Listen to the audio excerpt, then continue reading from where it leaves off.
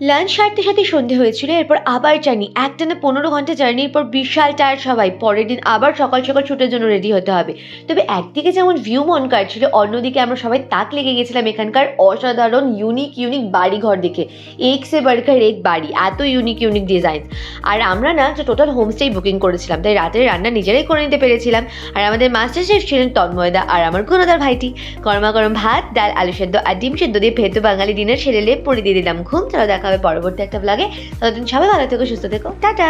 তাকান এই যে, আরে তাকাও ভাবে তাকাও, এই যে কি লাগে তোমার? ও মা গো।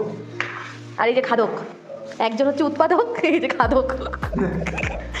কবে লবণ হবে? আমার কিচ্ছু জানি না। নিজে কোথায় একবার দেখাবো ভাই, টাকা একটু। খাদক নেই।